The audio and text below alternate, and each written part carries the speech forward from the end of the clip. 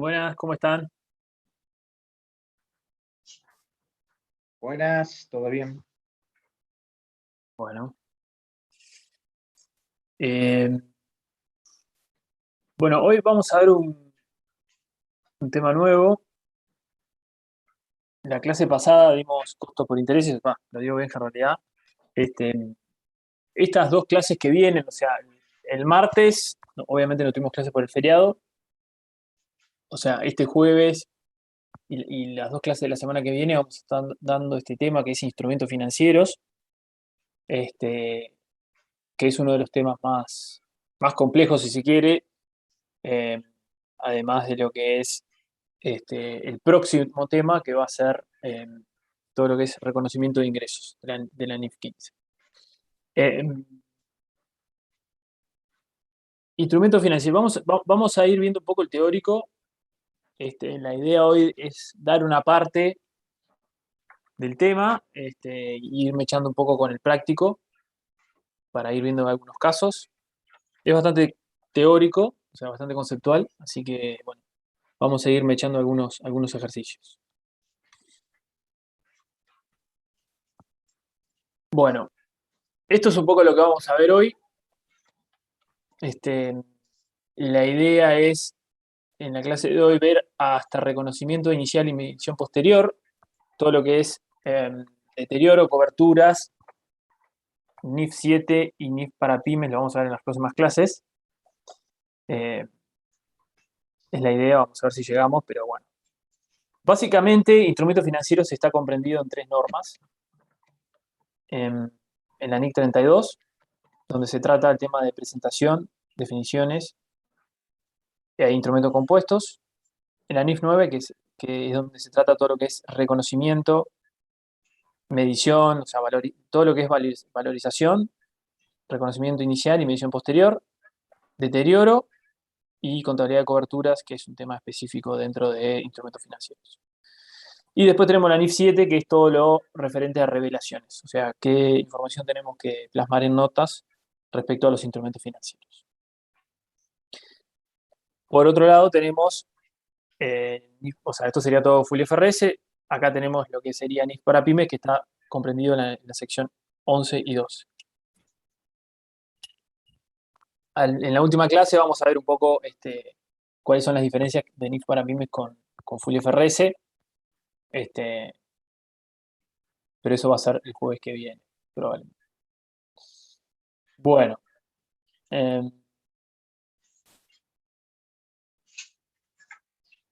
¿por qué les decía al principio que era un tema complejo? Bueno, básicamente porque, como les decía al principio, tenemos tres normas que tratan el tema, ¿sí? O sea que es un tema bastante difícil de entender a nivel normativo, porque tenemos tres normas que tratan tres temas distintos. Este, entonces, entender en profundidad cada una de esas normas lleva tiempo y es bastante complejo. Además de que, digamos, en general, no hay en la mayoría de los casos, sobre todo para lo que es instrumentos financieros un poco más complejos, como pueden ser futuros, instrumentos de cobertura, bonos, acciones, en general no hay digamos, no hay una costumbre, o por lo menos no hay tanto mercado en Uruguay como para tratar el tema o para poner en práctica estas normas, ¿no? Entonces, bueno, cuando se presenta ese tipo de casos, donde nosotros como contadores tenemos que entender qué es lo que tenemos que hacer frente a un nuevo, una nueva compra de acciones o compra de bonos o compra de futuros, este, como contadores tenemos que ver cuál es el tratamiento contable y muchas veces entender cuál es el tratamiento contable en estos casos es un poco complejo. En el pasado, antes de que surgiera la NIF 9, existía la NIF 39, que también tomaba el tema de los instrumentos financieros. En ese caso, el tratamiento contable era mucho más complejo que ahora, entonces, digamos que un poco como a pedido del público surgió lo que es la NIF 9, ¿no? Que trata de simplificar un poco lo que es el tratamiento estableciendo ciertos criterios, ciertas opciones para evaluar los instrumentos financieros y ciertos mecanismos digamos, o árbol de decisión, dependiendo de cuál sea el caso, de cómo deberíamos tratar esos instrumentos financieros. Bueno, como les decía al principio, la normativa se desarrolla básicamente en estas tres NICs. Yo se lo comenté, la NIC 32, que habla sobre lo que es presentación, ¿sí? Clasifica los instrumentos financieros en tres tipos: activos financieros, pasivos financieros e instrumentos de patrimonio, ¿sí? Y quedan por afuera del alcance los instrumentos financieros que estén comprendidos en otras normas. Por ejemplo, los que están comprendidos en la NIC 10, NIC 28, 11 y sucesión, ¿sí? Entonces, tenemos tres tipos de instrumentos financieros. Después, digamos, otro capítulo dentro de estas normas son definiciones, ¿no? Siempre en las normas tenemos al principio como el alcance, los objetivos, eh, las definiciones y después viene como el tratamiento contable, ¿no? Entonces, todo lo que es definiciones de activo financiero, pasivo financiero, instrumento de patrimonio y valor razonable van a estar comprendidos en la NIF 32, que ahora a continuación lo vamos a ver. Y en la NIF 9 vamos a ver derivados, o sea, instrumentos derivados, la definición de costo amortizado, de método de interés efectivo, la tasa de interés efectiva y costo de transacción, ¿sí? Estos cuatro y valor razonable, van a ser, digamos, métodos para evaluar estos instrumentos financieros, ¿sí? Y estos tres, obviamente, es la definición del instrumento en sí mismo. Entonces, ya yendo al alcance de la NIC 32, nos preguntamos, ¿qué es un instrumento financiero? ¿Sí? Básicamente, un instrumento financiero es un contrato firmado por dos partes, en la cual uno se obliga a entregar un activo financiero a cambio eh, de una prestación de dinero o un pasivo financiero, ¿no? La contraprestación de ese activo, de la adquisición de ese activo, es un pasivo financiero o un desembolso de dinero. Algunos ejemplos de instrumentos financieros pueden ser préstamos bancarios, sobregiros bancarios, acciones preferentes de otras entidades y cuentas a cobrar. ¿Cuáles no van a ser instrumentos financieros? Bueno, eh, los activos físicos o los intangibles, ¿sí? O sea, propiedad, planta y equipo y activos intangibles. Obligaciones presentes por impuestos, todo lo que es pasivos o provisiones por impuestos, ¿sí? Impuesto a la renta, impuesto al patrimonio, IVA, etcétera, etcétera, no van a estar contemplados dentro de lo que es un instrumento financiero, porque obviamente es una obligación impuesta por el gobierno, ¿no? O sea, no surge como consecuencia de un contrato entre partes, ¿sí? Sino que es una imposición que el gobierno me exige pagar, o sea, que no tengo derecho a reclamo en ese caso, ¿sí? Sí, Bruno. Yo quería consultarle si podía darme un ejemplo de patrimonio neto. ¿Qué es un patrimonio neto?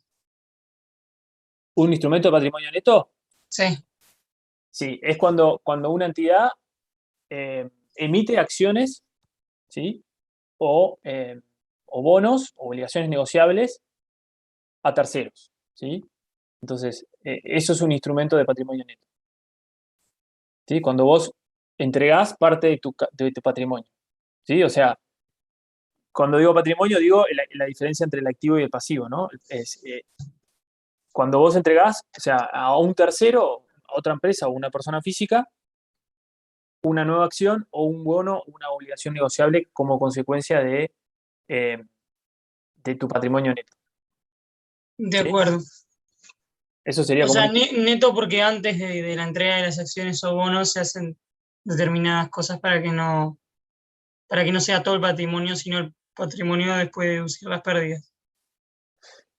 Los Claro, o pasivos. sea, por definición, activo menos pasivo o el patrimonio, ¿no? Entonces, se dice patrimonio neto porque en realidad lo que vos estás haciendo es entregar parte de la propiedad de la empresa. O sea, entregás tanto una parte de los activos como una parte de los pasivos. O sea, vos cuando entregas una acción a un tercero estás diciéndole, mirá, yo te estoy entregando un pedacito, no sé, depende cuánto estés entregando, ¿no? Ponerle el 5% de la sumatoria de los activos que tiene la entidad y la sumatoria de los pasivos que tiene la entidad. Entonces esa persona es dueña de el 5% de los activos y el 5% de los pasivos. O sea, el 5% de los derechos y el 5% de las obligaciones. Por eso se habla de patrimonio. Claro. Cuando las unimos tenemos el patrimonio neto. Exactamente. Claro, gracias Federico. Las garantías de productos o servicios tampoco son instrumentos financieros. ¿Por qué? Porque yo no espero recibir dinero a cambio de eso, sino que voy a recibir o un nuevo producto o una compensación. Demandas ambientales, porque básicamente también es una imposición del gobierno. Multas legales o fiscales. ¿Sí? Lo mismo que el ejemplo de las obligaciones presentes de impuestos. Tengo una consulta. Sí. Cuando en la definición hablamos de contrato, Sí. ese contrato no necesariamente tendrá por qué ser solemne ni por escrito, podrá ser un contrato, un acuerdo entre partes. Claro, ¿Válido igual eso? claro. Por ejemplo, cuando vos ¿Puede ser vendés una un bien. factura, por ejemplo? ¿Una Por ejemplo, factura? claro, claro, o sea, cuando vos vendés un bien a crédito o prestás un servicio a crédito, ese activo que se genera contra el tercero por prestar el servicio, por entregar el bien, es un instrumento financiero. ¿Por qué? Si bien no hay un contrato escrito, como decís vos, hay un compromiso entre partes de entregar un bien o un servicio a cambio de dinero. Yo espero recibir por ese contrato o por ese acuerdo entre partes, espero recibir dinero o otro activo. ¿Sí? O otro activo financiero. Bien, ¿Sí? bárbaro, gracias. Siempre que se cumpla esa condición, ese activo va a ser un instrumento financiero. Distinto es el caso, por ejemplo, cuando yo pago por adelantado a un proveedor. ¿Sí? Cuando yo pago por adelantado a un proveedor, yo me desprendo de dinero y a cambio voy a recibir ¿qué cosa? Un bien o un servicio. Trabajo. Claro, en ese caso no es un instrumento financiero. ¿Sí? Porque yo voy a recibir un bien o un servicio. ¿Está? No voy a recibir dinero o un activo financiero. Entonces, en ese caso, no cumple con la definición. En el primer ejercicio de la práctica está ese ejemplo, así que ya se los spoileé. Pero es uno de los ejemplos de los que no es instrumento financiero, digamos.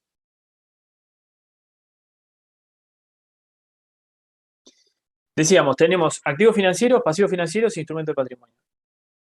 Activos financieros, algunos ejemplos. Efectivo, obviamente, ¿no? Dinero en caja o dinero en el banco. Instrumentos de patrimonio de otra entidad. Esto es el ejemplo que yo les daba al principio de una empresa que emite acciones a terceros. En este caso sería el tercero que compra esas acciones, ¿no? O sea, tengo una inversión en otra entidad. ¿Sí?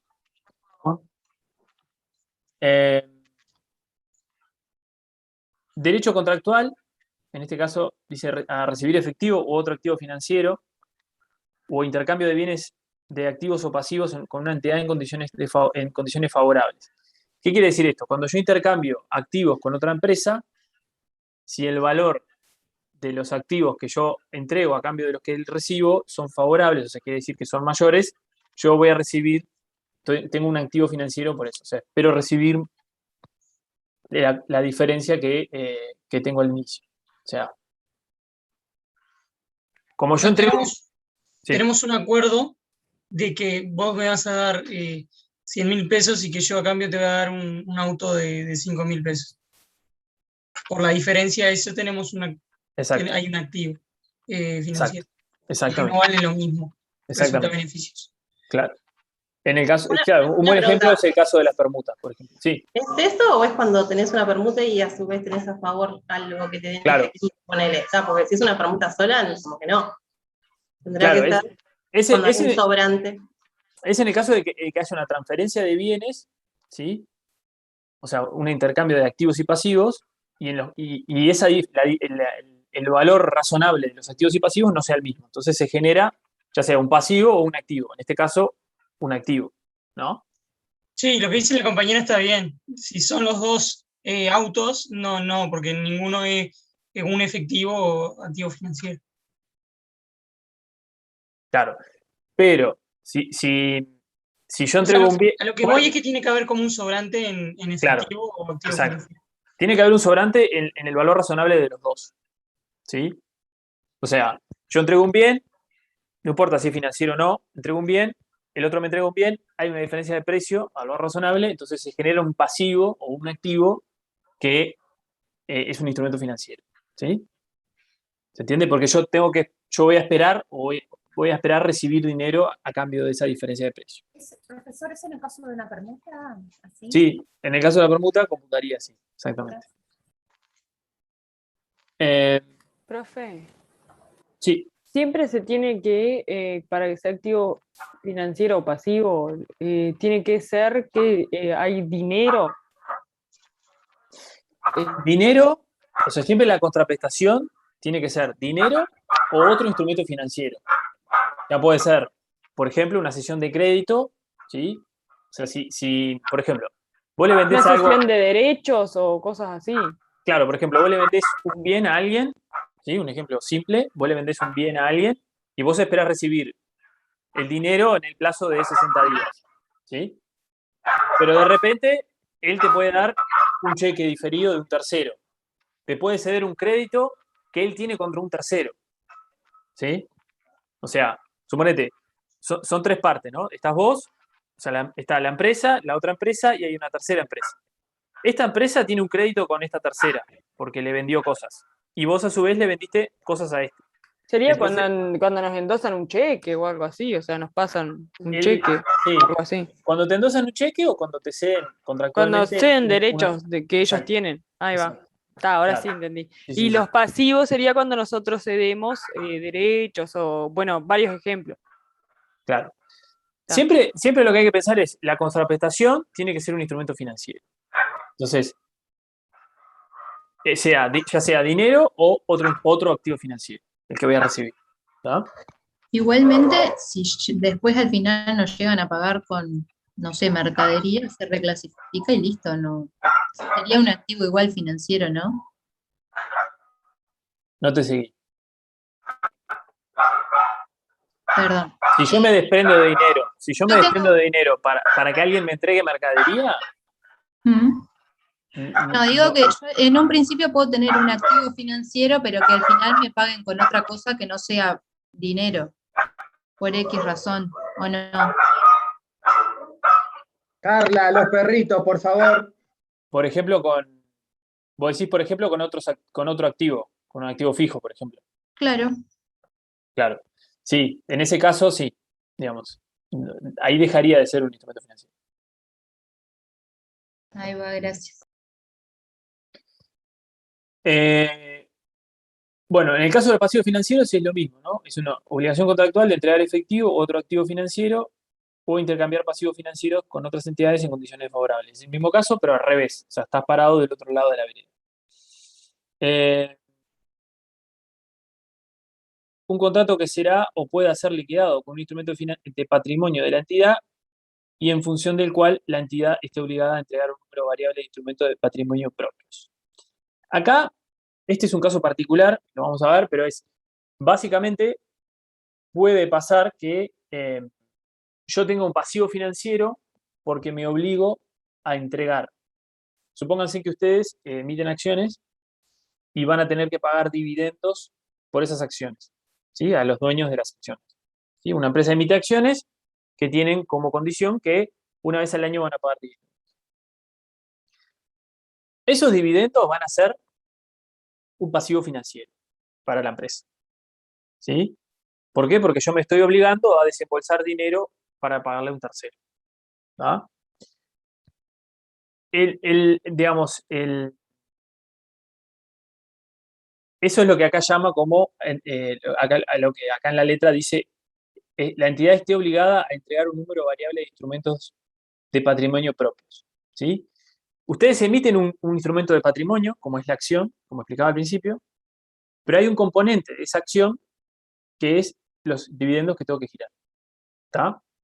Y ahí vamos a tener que separar en dos componentes ese instrumento financiero. Uno que va a ser de patrimonio puro, que es la acción en sí misma, y otro que es los dividendos que tengo que pagar, ¿sí? Más adelante vamos a ver cómo evaluar esas cosas, esos dos componentes, ¿no? Pero en particular se refiere a esto. ¿Sí? ¿Se entendió eso? ¿Sí? Y perdón, ¿a qué se refiere con en condiciones desfavorables para mí? O sea, yo parado. Es lo que hablamos al principio. Vos estás intercambiando instrumentos activos y pasivos con un tercero, ¿sí? Sí. Vos entregás un activo y él te entrega un activo. Puede surgir que el valor razonable de ambos activos sea distinto. Entonces se genera una diferencia de valor. Esa diferencia de valor va a ser un instrumento financiero. ¿Por qué? Porque yo espero recibir dinero para poder compensar esa diferencia de valor. ¿Se entiende? Sí. Bien. Gracias. Es lo que hablábamos en el caso de la permuta.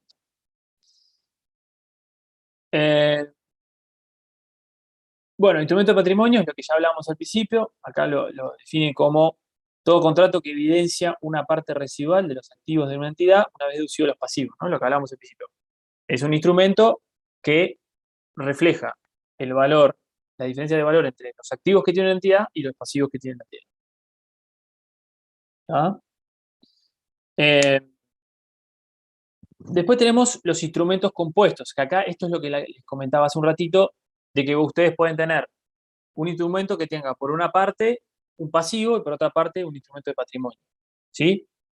Los casos más comunes son los préstamos convertibles en acciones, en los cuales, por ejemplo, ustedes prestan dinero, ¿sí? Y la contraparte se lo termina pagando en acciones de la propia compañía, ¿sí? O otro ejemplo son acciones preferentes convertibles. ¿Está? ¿Esto qué quiere decir? Quiere decir que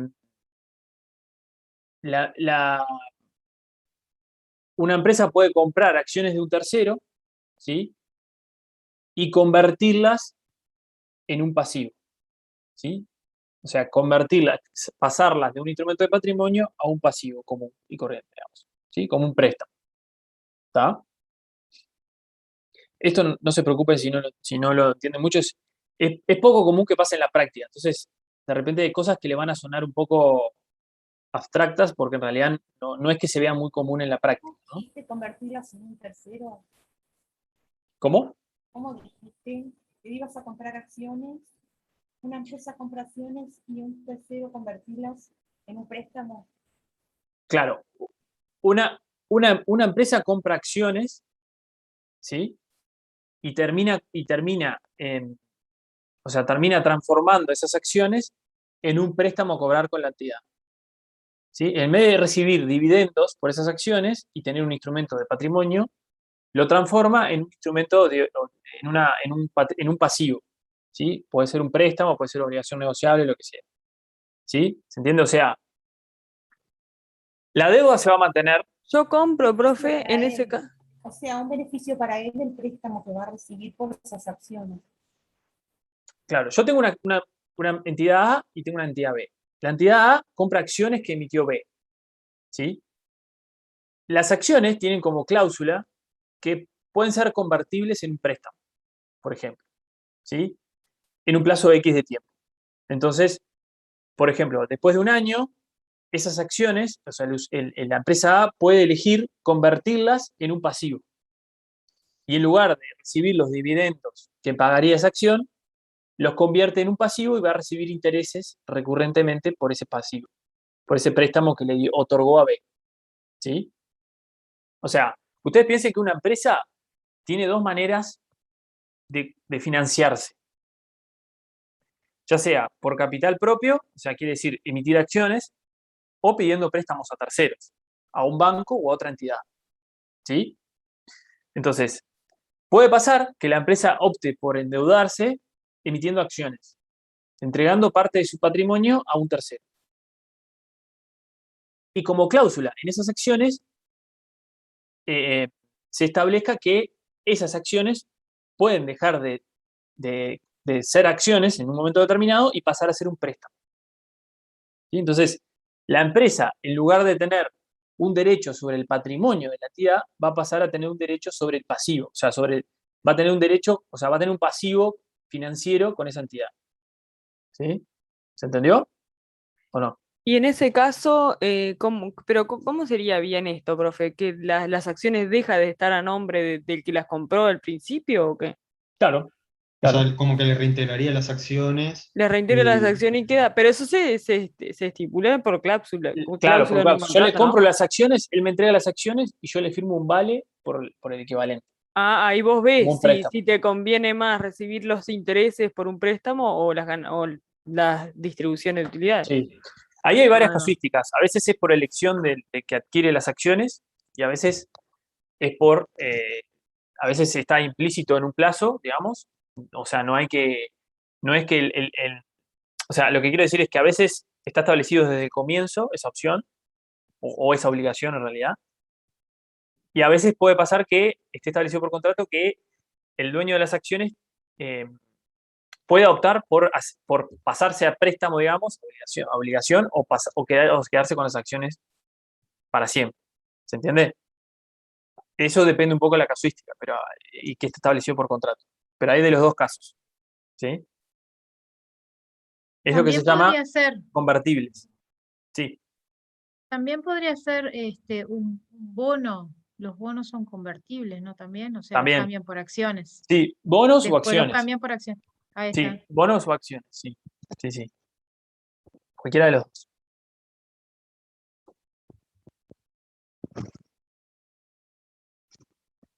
Bueno, eh, acá.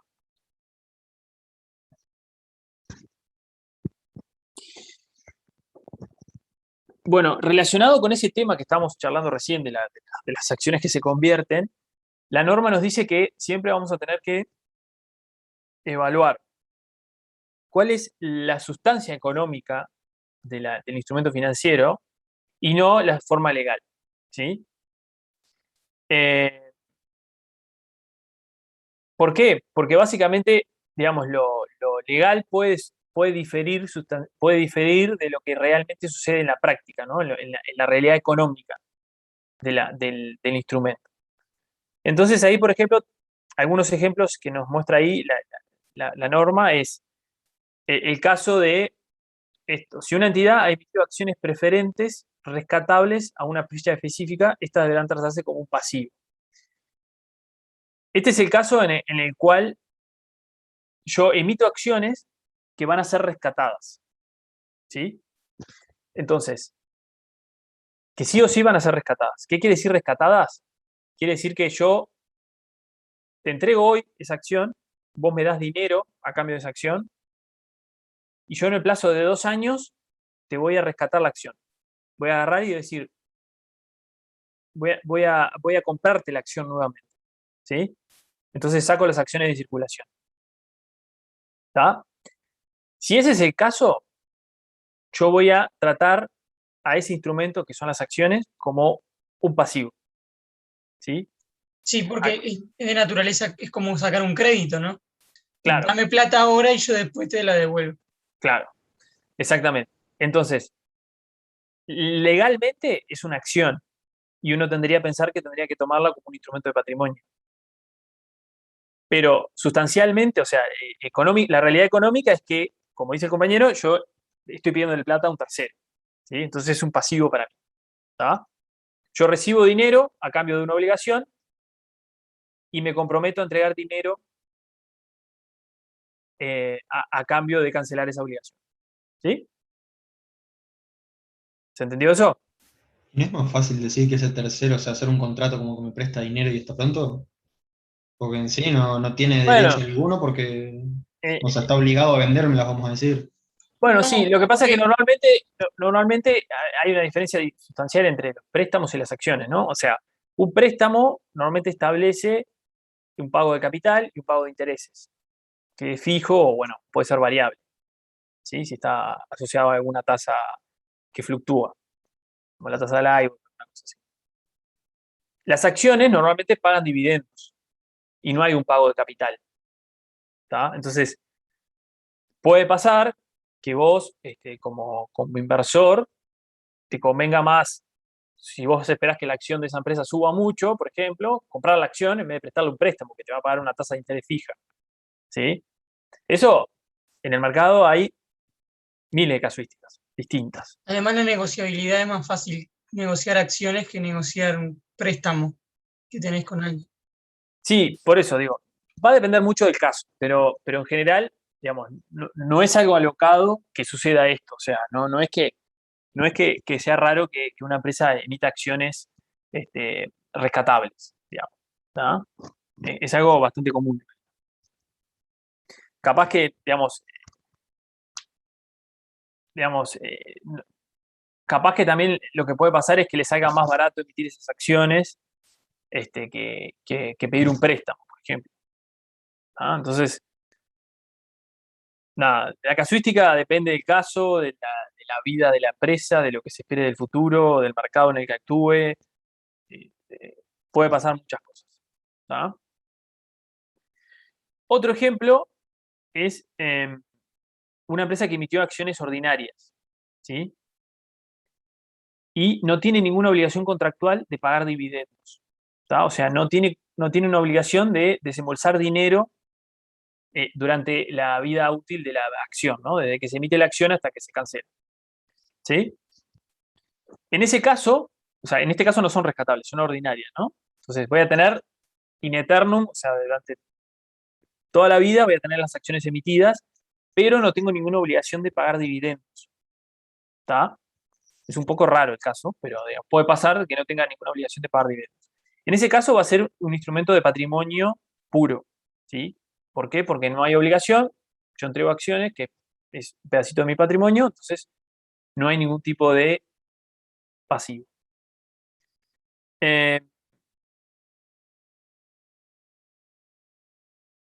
Un tercer caso es si la entidad ha emitido acciones preferentes que no son rescatables.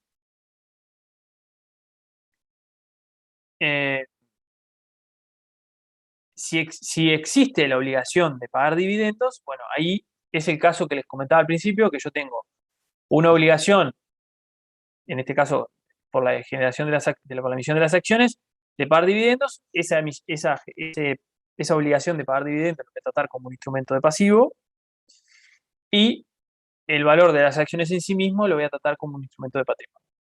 ¿Sí? Es el caso que les comentaba al principio. ¿Está? En estos dos últimos no voy a poder recuperar nunca, o sea, si él no me las vende, ¿no? O sea, las acciones.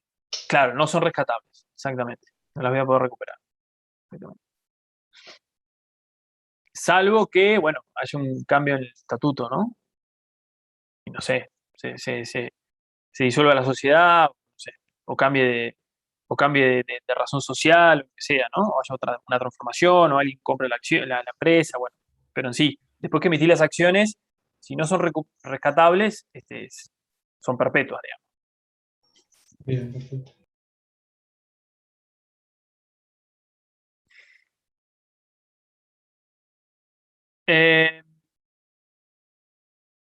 Acá hay un ejemplo práctico de un instrumento compuesto, ¿no? Es este que hablábamos de que tenemos una obligación y además hay un instrumento de patrimonio. Dice, la sociedad X y Z, déjenme un segundo. La sociedad X y Z emite 500 bonos convertibles el 1 de enero del 2018. Los bonos tienen un vencimiento de 3 años y se emiten a la par, con un valor nominal de $1.000 por bono. ¿Tá? O sea, estoy emitiendo $500.000 de bonos. ¿Tá? El interés que pagan esos bonos es del 6% pagaderos anualmente. Cada bono es convertible a opción del tenedor, o sea, a opción del dueño que compra el bono, en cualquier momento hasta su vencimiento en 200 acciones ordinarias de X y Z. Esto es el ejemplo que contaba, que mencionaba la compañera, de que el bono se convierte en acciones, ¿no? En el momento de emitir los bonos, el tipo de interés para una deuda con un riesgo similar al de X y Z, pero sin la opción de conversión de los bonos en acciones, es del 8%. ¿Sí?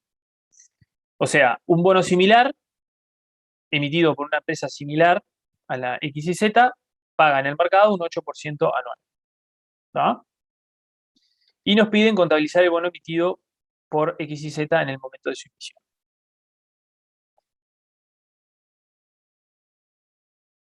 ¿Qué es lo que vamos a tener que calcular? Por un lado, el componente de pasivo, ¿sí? Que es básicamente el interés que generan esos bonos, ¿no? El 6%. Hay que calcular el valor presente de esos intereses, o sea, todos los años yo voy a tener que pagar una X cantidad de intereses, va a ser el 6%, entonces para calcular el valor presente voy a tener que descontarlos a una tasa, a la tasa que me da la letra, que es acá en este caso el 8%. Entonces armo, dice, se calcula el valor de mercado del componente de pasivo, ¿sí? Voy a calcular cuánto es ese pasivo que tengo por los intereses que voy a pagar. Para eso calculo el flujo de fondos. Si yo estoy parado el 1 de enero,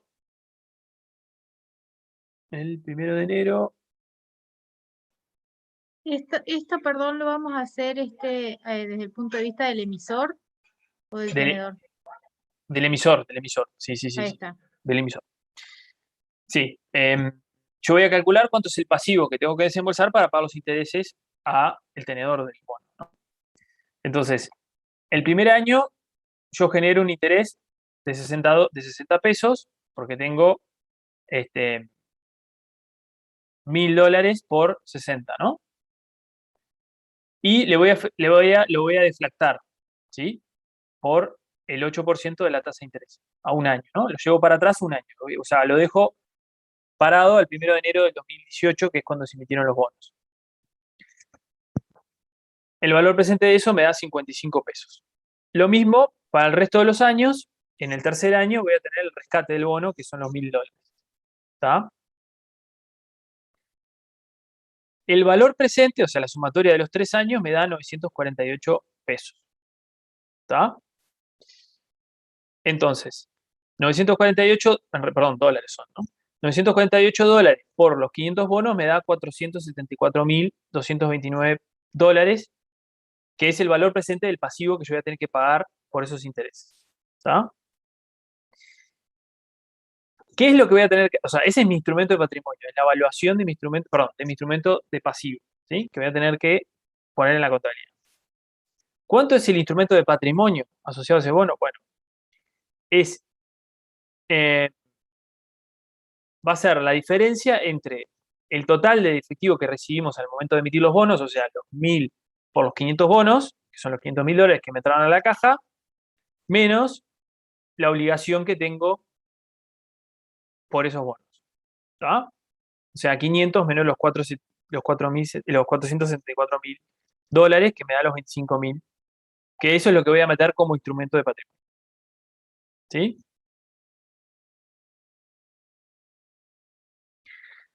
Esta es la contabilización que voy a hacer, o sea, registro el efectivo que entró por la emisión de los bonos, los 1000 bonos, los $1000 por los 500 bonos, una deuda financiera por los 464 y patrimonio por $25.000.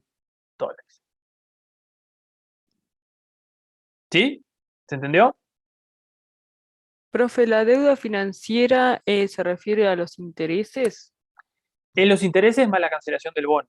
Más la cancelación. Y el patrimonio es lo que vale el bono en sí. El patrimonio es el valor residual entre la emisión de dinero original, los 500.000, y la obligación que tengo. ¿Está? ¿Por qué? Porque, digamos, pensalo de la siguiente manera. Vos recibiste $500.000. Alguien te dio $500.000. Hay parte de esos $500.000 que vos lo vas a tener que pagar en el futuro, durante esos 3 años que vas a tener los bonos vivos, ¿no? Hasta que se muera el bono, ¿no? Eso vos lo vas a tener que pagar. Y eso es lo que está reflejando como deuda financiera. El resto es patrimonio, va a quedar para siempre en tu contabilidad. Nunca vas a perder esos 25. ¿Está? Van a quedar como congelados ahí. ¿Está? Ahora sí ¿Qué está. sería? ¿Como una ganancia en el patrimonio? ¿Son intereses ganados eso que ponemos patrimonio ahí? No, es la diferencia entre el activo que recibiste y la obligación que tenés. Claro, esto es por Patrimonio el neto. tema Eso no entendí. del valor del dinero en el tiempo, ¿no? Es por el tema del valor de. Sí, exactamente. Sí. Ahí va. Es como, a ver, si nosotros vemos patrimonio, es como la forma en que la empresa se financia. Está la parte del pasivo, que es la parte que nosotros le debemos, y está el resto, que sería financiamiento interno. Entonces, este Exactamente. patrimonio, esta diferencia, es lo que alguien que posee nuestras acciones nos está entregando a la empresa. El financiamiento interno. Entonces, así reflejamos el financiamiento interno. Claro. O sea, la emisión de esos bonos genera que vos tengas que. Parte de esos bonos que recibiste, que son los 500.000, los tengas que pagar. ¿Sí? A través de intereses y el capital. Lo que pasa es que vos lo estás recibiendo hoy y lo vas a tener que pagar en 3 años. Entonces, la diferencia, o sea, el valor presente, estos 25, es la diferencia entre el valor presente y el valor histórico. ¿Se entiende? Es el valor tiempo del dinero, dice la compañía. Una consulta, profesora. Profesor, esa deuda financiera es una previsión, ¿no? No, es un pasivo financiero, no es una provisión. Ok, bien, bien. Es un pasivo Igual- que tenés con terceros. Igual No. esa diferencia de patrimonio siempre la vamos a tener, siempre que nosotros emitamos a una tasa de interés que sea diferente de la del mercado. Por ese 2% de diferencia, haciendo el valor tiempo del dinero, es que tenemos la diferencia, porque si fuera la misma tasa, no tendríamos cero ahí en Exactamente. eso. Exactamente. También podríamos tener una pérdida si nosotros emitimos una tasa mayor que la que paga el mercado. No, No una pérdida, perdón, pero un patrimonio negativo a restar. Si yo emito una tasa del 8% Ujú. y el mercado paga un 6%, o sea, ahí voy a tener lo opuesto a esto. Exactamente. Se puede Tal dar cual. ese caso también, ahí esa era la pregunta. Se puede dar. Bien, bien. Tal cual. ¿De ahí debitarías patrimonio? Sí, exactamente. Sí, tal cual. Lo que dice el compañero. O sea, si la tasa a la que emitís, la tasa que pagás por los bonos es distinta a la tasa es igual a la tasa de descuento, esto te va a dar los mismos 500.000, digamos. Entonces ahí no tenés variación. Ahí en esa tabla que mostraste recién, la primera, usás la tasa del 8%, no la del 6%. Es esta. Esa El de ahí. 6 es la tasa de interés que yo pago por Sí. el bono, que está Ajá. metida acá, digamos. Ujú. O sea, estos 60 son 1.000 por 6%. 1.000 por 6%.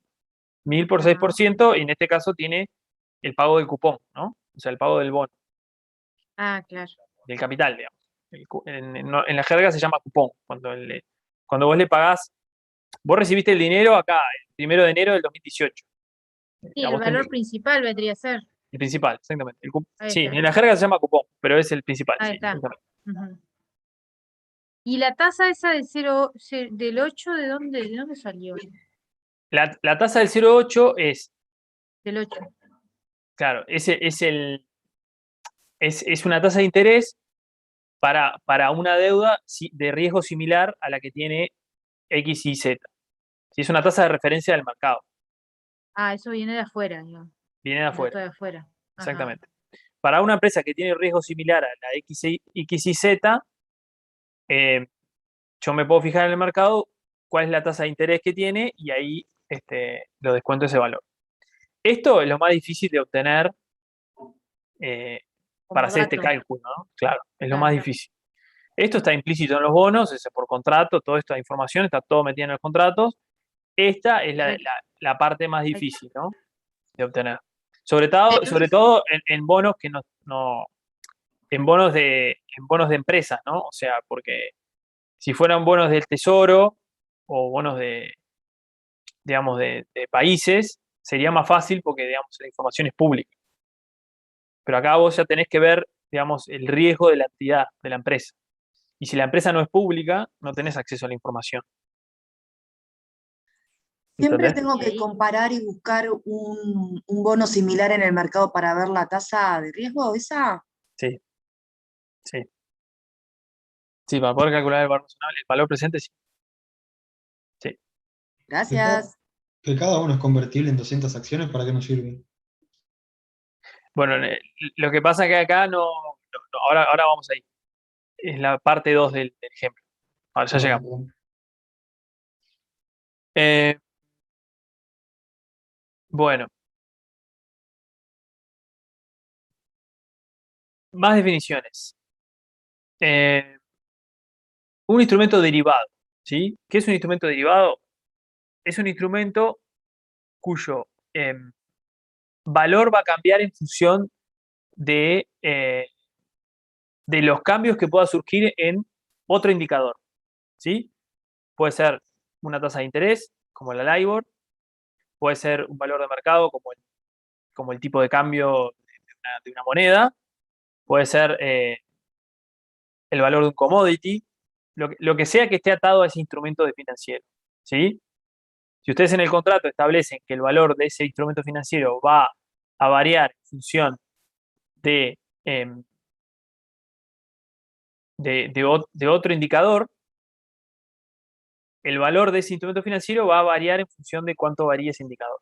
Por eso se llama derivado, porque está atado a otro, a otra variable que en general en la jerga se llama la variable subyacente, que es, por ejemplo, un futuro, ¿sí? O un swap, o un forward, como quieran llamarle, ¿no?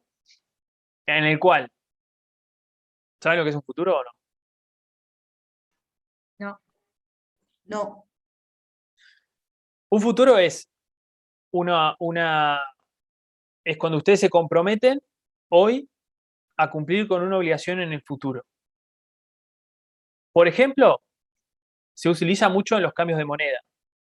Ustedes se comprometen, o sea, ustedes se comprometen a entregar X cantidad de pesos y el banco se compromete a entregarles a ustedes X cantidad de dólares. Entonces, ustedes lo que hacen es fijar el tipo de cambio que van a recibir en el futuro. ¿Sí?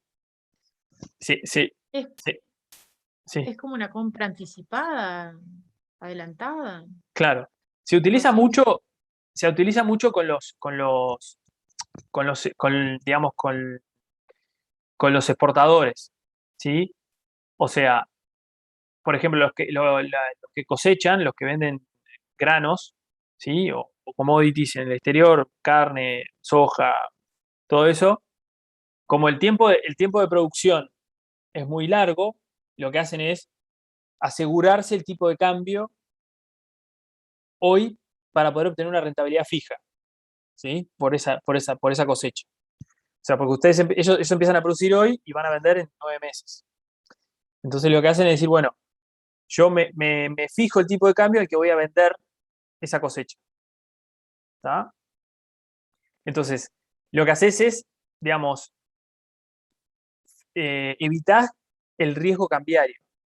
¿Sí? Si vos tenés una obligación, por ejemplo, le voy a dar otro ejemplo. Vos tenés una obligación, tus ingresos son en pesos y vos tenés una obligación en dólares. Una obligación en el futuro, ¿no? Entonces vos vas a utilizar pesos para poder cancelar esa obligación. Vos lo que podés decir es, yo compro un futuro y me aseguro que el tipo de cambio de hoy no va a ser mayor al que tengo que pagar en 6 meses. ¿Por qué? Porque si devalúo, si el país donde estoy parado y la moneda en la que yo recibo mis ingresos devalúo, voy a necesitar más pesos para poder cancelar esa obligación. ¿Se entiende? Es como que congelás el precio de lo que vas a Congelo pagar. el precio en moneda extranjera, exactamente. Vos tenés tus ingresos en moneda local y tenés que cancelar una obligación en moneda extranjera. Entonces lo que vas a hacer es decir, bueno, yo me congelo la cantidad de pesos que necesito para cancelar esa obligación. ¿Se entiende? Y de Esto esa hoy en manera, Argentina no camina, ¿no? sí, probablemente si compre, claro, sí. a ver, obviamente los bancos no se comen los mocos, ¿no? O sea, si vos comprás en Argentina un futuro hoy en día, no te van a dar el oficial que sale hoy 98 pesos. Te van a dar un tipo de cambio que es 150 de repente. ¿Entendés? O sea, nadie te va a acordar un tipo de cambio en Argentina que tenés un contexto devaluatorio recurrente y casi te diría el 100% seguro. Nadie te va a comprar, o sea, ningún banco te va a dar ese futuro, te va a otorgar ese futuro a 98 pesos. ¿Entendés? Porque vos Una acordate, forma, vos una forma acordate, sería pautar un número. Por ejemplo, mantengamos este tipo de cambio a este número, pero otra forma sería, en base a este cambio, a este movimiento, esta variación de tipo de cambio, nosotros vamos a variar nuestros precios en este tipo. O sea, por ejemplo, yo te debo tanto mientras el tipo de cambio sea este. Si el tipo de cambio sube, nuestra deuda disminuye, por ejemplo. No tiene por qué ser plantear un tipo de cambio del que vamos a negociar. claro, o sea, en realidad, a ver, lo que sucede es, vos tenés una obligación, ¿no? Vamos al ejemplo que yo les daba. Con una variable. Vos tenés una obligación, no, pará, no, está bien. Son dos cosas. Vos tenés una obligación en pesos con un tercero, a pagar dentro de 6 meses, ponele. ¿Está? Tus ingresos son en pesos. ¿Está? Entonces vos tenés una obligación en dólares. Perdón, me expresé mal. Tenés una obligación en dólares. ¿Está? Vos tenés que desprenderte de dólares dentro de 6 meses para cancelar esa obligación. ¿Sí? Eso es un instrumento financiero, común y corriente. Después, o sea, para vos es un pasivo financiero. ¿Está? Después, como tus ingresos son en pesos y vos tenés una obligación en dólares, vos decís, yo me voy a cubrir. ¿Cómo me cubro? Comprando un futuro. Un futuro es un instrumento de deuda derivado. ¿Por qué? Porque la ganancia que yo voy a tener por ese futuro va a depender de cómo varíe el tipo de cambio. ¿Está? ¿Qué es lo que hace el futuro? Dice, si yo hoy estimo, o sea, cuando digo yo hoy es el banco, ¿no? El banco estima que el tipo de cambio. Parda la variación. Claro, claro. Si yo estimo hoy que el tipo de cambio dentro de 6 meses va a ser, por ejemplo, en Uruguay, 45, firmo un contrato de futuro por 45. Entonces, si vos tenés una obligación de, vamos a un ejemplo más fácil, supongamos que el tipo de cambio sea 50. Si vos tenés una obligación de 500.000 pesos, ya sabés que vos vas a tener que dependerte de 10.000 dólares. ¿Está? Hoy. Ya sabés hoy que vas a tener que dependerte de 10.000 dólares. Y a su vez de 500.000 pesos. O sea, vos vas a entregarle 500.000 pesos dentro de 6 meses al banco y el banco te va a dar 10.000 dólares. ¿Está? Y con esos 10.000 dólares vos cancelás la deuda. ¿Está? Entonces no tenés riesgo. ¿Qué es lo que pasa? Vos ese instrumento, ese futuro que compraste, lo vas a tener que ir, evaluando al tipo de cambio futuro de cada cierre de ejercicio que tengas. Entonces, si esos 6 meses te agarra el cierre de ejercicio en el medio, vos vas a tener que decir, bueno, al cierre de ejercicio económico, ¿cuánto es el valor esperado del tipo de cambio dentro de 3 meses? Es tanto. Ok, entonces vas a tener que evaluar ese instrumento a ese tipo de cambio. ¿Está? Por eso es un instrumento de cambio, es un instrumento derivado. ¿Por qué? Porque depende de una variable subyacente que es, en este caso, el tipo de cambio. ¿Está? Ok. Normalmente se llaman instrumentos de cobertura. ¿Por qué? Porque cubren algo, un riesgo. En este caso, el riesgo cambiario, la devaluación de la moneda. ¿Está? Está muy atado a contabilidad de cobertura, que lo vamos a ver en la clase que viene, o en la otra seguramente. Pero bueno, eso déjenlo ahí hasta que lo veamos. ¿Está? Profe, Sí. esto también se usa en la parte de, no sé, compra y de la venta de soja para establecer el precio de venta de la soja, ¿no? Exacto, exacto. No es solo para establecer un tipo de cambio, sino que puede ser cualquier otra cosa. Exacto, exactamente. Se usa mucho en el mercado de la soja como el precio de la soja, que es la variable subyacente, varía en función del mercado, ¿sí? Porque es un commodity y se establece bajo los precios internacionales, muchos productores lo que hacen es decir, bueno, a ver, vos empezás a producir hoy, vas a cobrar X cantidad de dólares por la venta de esa cosecha dentro de 6 meses. Y no te la querés jugar a que dentro de 6 meses el precio de la soja baje. ¿Entendés? Y en realidad ganes mucho menos de lo que podrías ganar hoy. Entonces, lo que dice es, el precio de la soja hoy está alto. Entonces, ¿qué hago? Compro un futuro para la soja, ¿no? Y me aseguro un precio. Capaz que después, al final del cuento, dentro de 6 meses, la soja vale mucho más y perdí un montón de guita. ¿Sí? Porque dejé de ganar un montón de guita. Pero capaz que el precio de la soja baja y gané un montón de guita. ¿Entendés? Eso ya es especulación de mercado, ¿no? Y va a depender de cada productor. Pero en el mercado de la soja se utiliza mucho. Se utiliza mucho por lo que les digo, hay mucha distancia entre que vos producís y empezás a meter gastos, ¿no? Porque vos producís y eso te sale una plata, entonces tenés mucho tiempo que tenés la plata parada esperando que crezca la plantita, entonces tenés mucho tiempo y lo que hacen muchos los productores es decir, bueno, me aseguro, por lo menos me aseguro un precio, un piso de cuánto me van a pagar por cada tonelada que vendo. Sí, la soja es un claro ejemplo de futuros. En general, en la práctica se utiliza mucho para cubrir el precio de la soja, para cubrir todo lo que es commodities, se utiliza mucho. Lo utilizan mucho también los importadores para el tema de, por ejemplo, no sé, vos mandás a hacer una máquina al exterior, ¿sí? Vos vendés en Uruguay, no sé, tazas. Mandás a hacer una nueva máquina al exterior que va a demorar la producción 3, 4 meses. La empresa que hace la máquina va a demorar 3, 4 meses. Y la tenés que pagar en dólares, ¿no? Entonces vos decís, bueno, ¿qué hago? ¿Compro un futuro y me aseguro un tipo de cambio? ¿O me la juego y capaz que devaluamos en 3 meses y la máquina me termina saliendo el doble de pesos que debería salir, ¿no? ¿Entiende eso? Sí, sí. Bien. Eso, digamos, ahí yo se los amplié un poco, pero básicamente dentro de las definiciones que tiene la NIF 9, ¿no? Hasta ahora estamos con la NIF 72 y las definiciones que tiene la NIF 72. Ahora ya pasamos a la NIF 9. Dentro de la NIF 9 tenemos la definición de instrumento derivado, tenemos la definición de costo de transacción, que básicamente es los costos que tengo por transferir o comprar esos activos y pasivos financieros.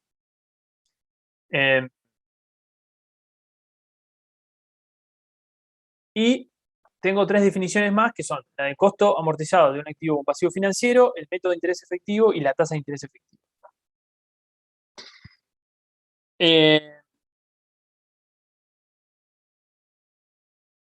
Básicamente, el costo amortizado de un activo o un pasivo va a ser la cantidad que se mide el reconocimiento inicial, menos los reembolsos del principal, más menos la amortización acumulada de la diferencia entre el valor inicial y el valor de reembolso, menos las disminuciones que sean atribuibles a deterioro o incobrabilidad. ¿Está? ¿Qué quiere decir esto? Bueno, voy a reconocer un activo o un pasivo financiero por el valor, o sea, la cantidad de dinero que yo pagué o que espero pagar en el caso de un pasivo, ¿sí? Menos la amortización acumulada, ¿sí? O sea, la amortización acumulada, ¿qué quiere decir la amortización acumulada? Quiere decir la diferencia entre el valor original del bien y lo que voy a tener que pagar en el futuro, ¿sí? Lo que hablábamos del valor tiempo del dinero. ¿Está? Esto que hicimos acá es calcular el costo amortizado de este bien, ¿sí? De esta deuda. En este caso era una deuda, ¿no?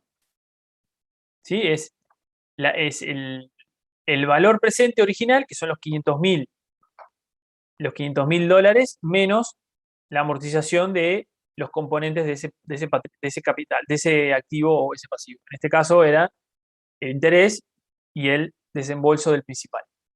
¿Sí? Esto es el costo amortizado en este caso, este pasivo. Profe, Sí. ¿sería entonces el valor bruto menos el valor descontado? Es el desembolso inicial, ¿sí? O sea, si compré un activo es el desembolso inicial, o sea, lo que recibí por ese bien, por ese activo, menos los desembolsos posteriores. ¿Sí? Vos acá, por ejemplo, recibiste 500.000, pero el costo amortizado en este caso es 474. ¿Por qué? Porque tenés el valor descontado de los flujos que generó obtener ese activo. ¿Sí? ¿Entiende? Si no se entiende, lo vamos a ver un ejemplo, así que no se preocupe por eso. Simplemente la definición. Capaz que la definición no es la más clara. No se preocupe que ahora lo vemos en un ejemplo. La norma nos va a decir que digamos, una de las opciones para medir los instrumentos financieros es bajo el costo amortizado. Otra opción es bajo el valor razonable, que para eso vamos a tener que, perdón, antes que eso, vamos a ver lo de interés efectivo. Dice, ¿qué es el método de interés efectivo? Es un método de cálculo del costo amortizado, ¿sí? Acá arriba, de un activo financiero o un pasivo financiero utilizando la tasa de interés efectiva para la asignación de los intereses a los diversos periodos. ¿Tá? De vuelta, lo que hicimos acá, ¿tá? El 8%. ¿Cómo voy a calcular ese 8%? Es la tasa que descuenta exactamente el flujo futuro de pagos de efectivo o ingresos durante la vida útil esperada del instrumento financiero. ¿Sí? O sea, para los que dieron finanzas esto le va a parecer normal, para los que no, este es un poco complejo, pero es básicamente, si ustedes tienen un flujo de efectivo en el cual voy a tener ingresos y egresos, la tasa de interés que descuenta ese flujo y lo hace cero, o sea que los ingresos son iguales a los egresos, va a ser, o sea, lo que es la TIR, lo que en finanzas se llama la TIR, va a ser la tasa de interés efectiva de ese flujo. ¿Sí? El método de interés efectivo es calcular el flujo de efectivo y hacerle la deflación. Lo que hicimos acá arriba. Y el otro término, que es tasa de interés efectiva, es el cálculo del 8%, básicamente. Claro. El método de interés efectivo, o sea, el costo amortizado se calcula a través del método de interés efectivo. Para calcular el método, para determinar el método de interés efectivo, necesitas la tasa de interés efectivo. Entonces son tres definiciones que están asociadas entre ellas. Todas son digamos, para calcular uno de los métodos de evaluación, que es el costo amortizado. Después vamos a ver que hay otros dos métodos, que son valor razonable con cambio de resultados y valor razonable con cambio ahora. ¿Está? Son los otros dos métodos que tenemos. La tasa de interés efectiva, dijiste que ese es equivalente a la TIR. Exacto. Bien, bien. Es la tasa que da iguala el flujo a cero. Ahora lo vamos. Es la TIR de ese flujo efectivo, ¿no? Claro. Cada instrumento financiero tiene un flujo de fondos determinado. ¿Sí?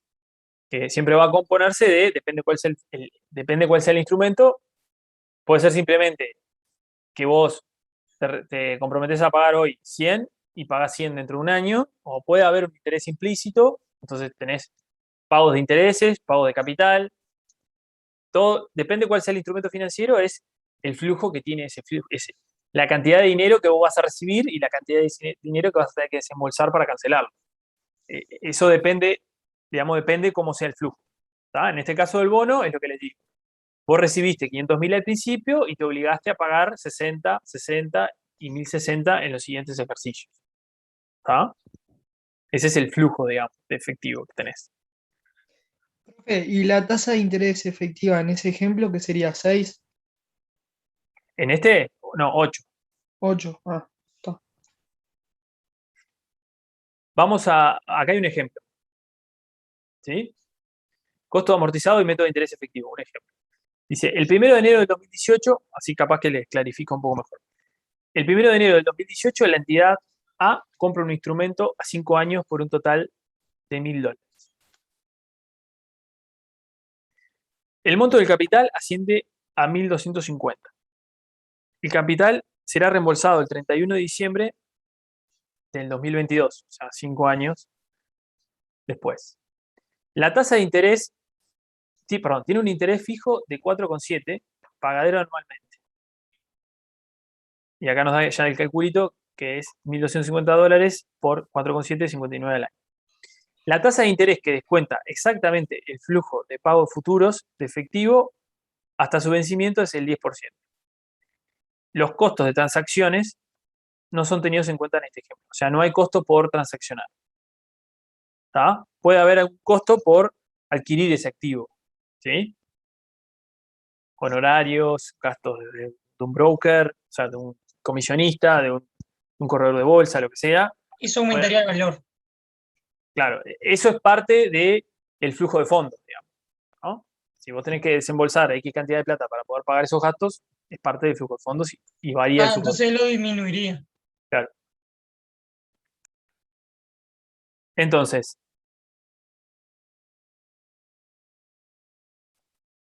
¿cómo voy a calcular el costo amortizado? Voy a agarrar los 1.000, ¿sí? Que es el instrumento que adquirí, ¿sí? Al año 1, tengo los 5 años acá, ¿no? Tengo el costo amortizado al inicio, que son los 1.000. Le calculo el 10%, ¿sí? A los 1.000. Le resto los intereses que calculé acá, que es 1.250 por el 4%, y llego a un neto de 1.041. O sea, este más este menos este, 1.041. ¿Está? Esto es el costo amortizado al final del año 1. ¿Está? Eso lo llevo para acá, al año 2, hago el mismo razonamiento, calculo el 10% de esto, le resto los intereses, llego a esto. ¿Está? Y así sucesivamente hasta llegar al último año en el cual tengo en el flujo de fondos el desembolso del principal, ¿está? Que son los 1.250. ¿Se entendió? 1.250 más 59. ¿Cómo volver al ejemplo? Sí.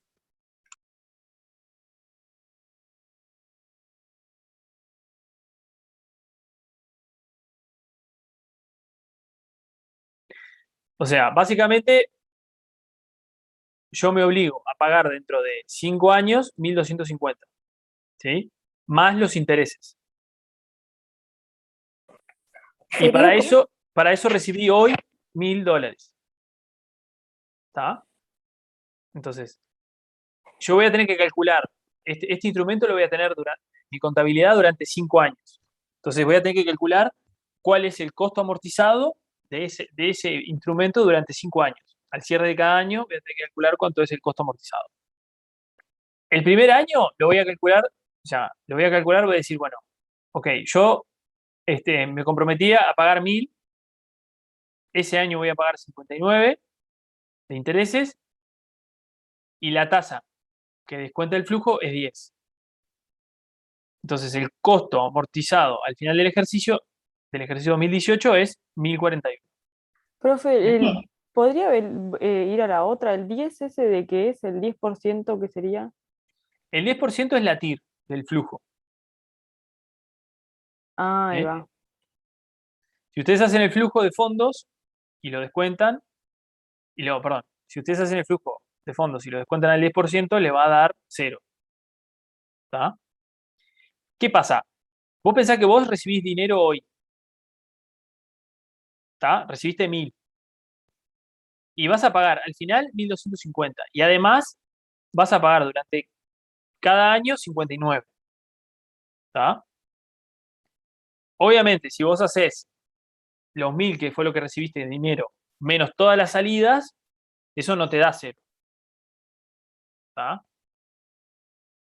Pero si vos deflactás cada uno de los momentos, hay una tasa que te da 0. ¿Tá? Te hace que este flujo, pensá en este flujo, ¿no? No pienses en todo lo demás. Ah, Pensá solo en está. esto. Ahora sí. Vos acá tenés un menos 1000, ¿no? Que fue lo que recibiste al inicio, y después todo salidas de dinero. Si vos tomás esto linealmente, te va a dar que vos pagaste más de lo que recibiste al principio, obviamente. Pero estos no son sumables, porque son diferentes momentos en el tiempo. Y por eso del valor tiempo del dinero no podés sumar lineal. Entonces vos tenés que deflactar cada uno de estos flujos para poder sumarlos a los 1000. ¿Cuál es la tasa que hace que cada uno de estos flujos sea, que digamos, que si yo deflacto cada uno por esa tasa llegue a los 1000 que tengo al principio? Es el 10%. ¿Sí? Ahí va, ahora sí, entendí ahora. Bien. Acá te lo dan como letra, te lo pueden pedir calcular. Lo que pasa que calcular la TIR es un poco complejo el cálculo y normalmente lleva tiempo porque o lo tenés que hacer con una calculadora científica o tenés que ir estimando cuál es la tasa, ¿no? Profe, Sí. yo no entiendo igual por qué calculamos los ingresos por intereses.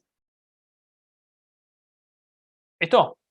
Sí, Los ingresos por intereses es como el monto que te ajusta el valor histórico, digamos, para que pueda ser comparable. ¿Tá? ¿Qué quiere decir esto? Vos tenés una deuda, vos recibiste 1000 al principio, ¿tá? Y te obligaste a pagar X cantidad en plata en el futuro. Vos necesitas calcular cuánto debes hoy, porque vos estás parada acá. ¿Entendés? Entonces, ¿cuánto debes vos hoy? Debes los 1000 seguro, más una proporción de los intereses, más una proporción del sobreprecio que te cobró el que te prestó la plata. ¿Entiendes? Porque vos fíjate que vos pediste 1000, o sea, te dieron 1000, pero vos vas a tener que pagar 1250, más los intereses que están establecidos en el contrato. Tenés un sobreprecio enorme por pedir estos 1000. ¿Entiendes? Entonces, vos al 2018 no debés, no debés ni los 1000 ni todo esto, ni la sumatoria de todo esto. Vos debés un X cantidad de plata que es los intereses devengados más la proporción del sobreprecio que estás pagando. ¿Sí? ¿Entendés? ¿Explicas la deflación? sí, más o menos. ¿Alguien estaba hablando de algo? ¿Perdón, cómo?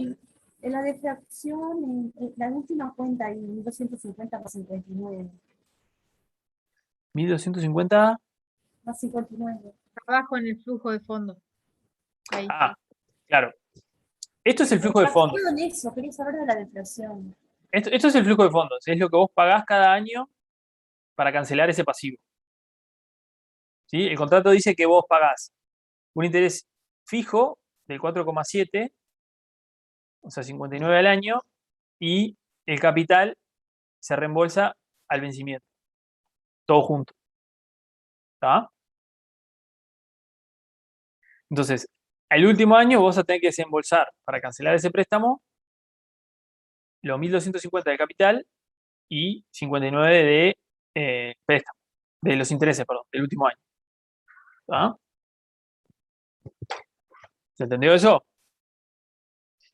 Obviamente. Claro, estoy sumando 1190 más 119, 1309. Exactamente. ¿Y 1250 de dónde? Del capital.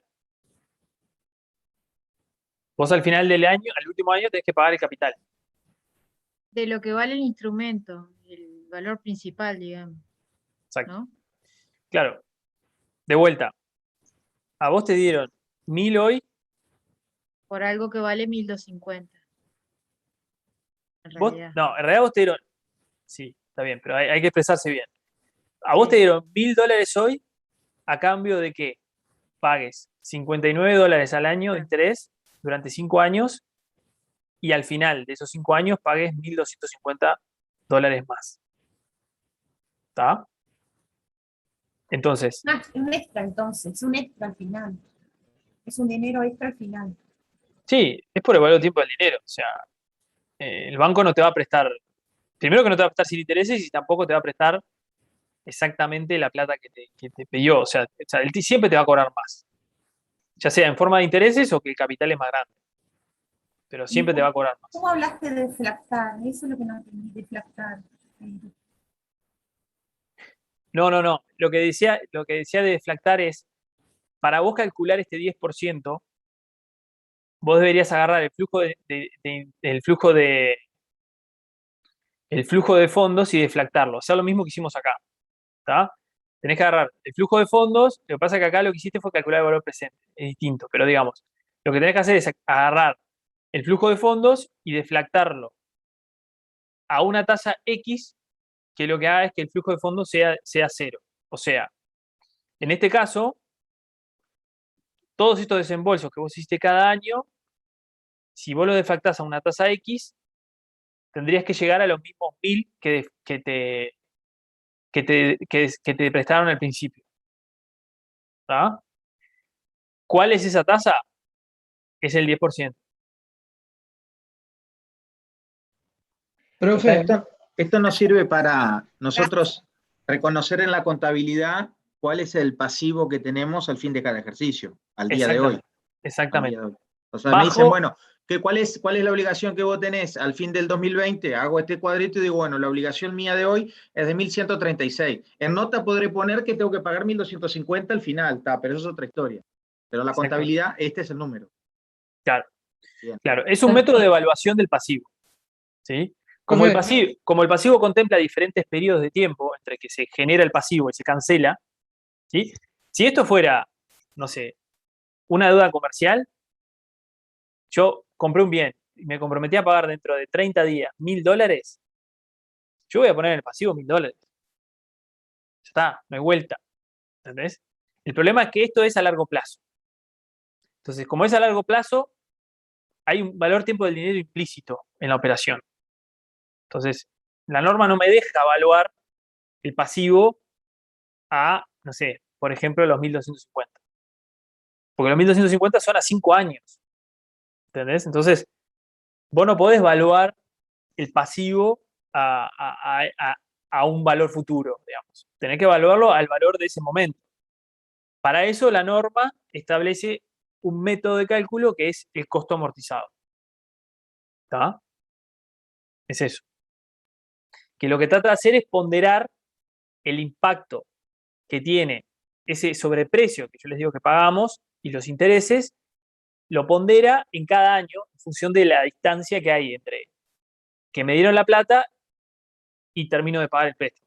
Vieron que acá va subiendo el valor, es porque hay más intereses implícitos, ¿no?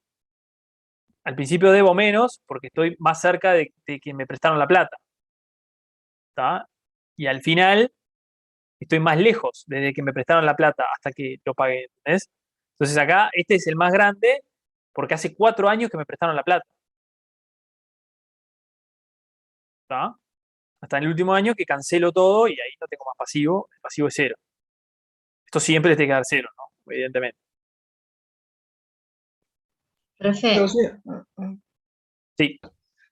el cálculo entonces de los intereses lo hacemos porque es lo que me darían, o sea, los intereses que generaría ese capital en el mercado en el año o qué. ¿Esto? Sí, eso.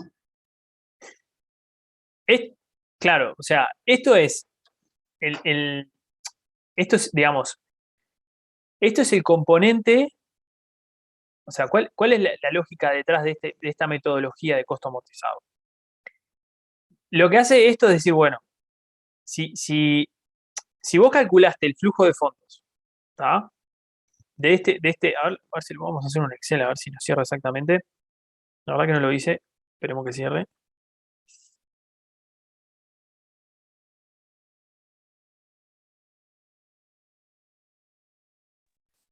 A ver, vos tenés. Se sigue viendo la PPT por los dos. Sí, para que voy a compartir. Ahí está. Vos tenés 2018. ¿Ahí ven? No, Ahí sí. ahí sí. Ahí sí. Bien. Vos tenés 2018, 2019.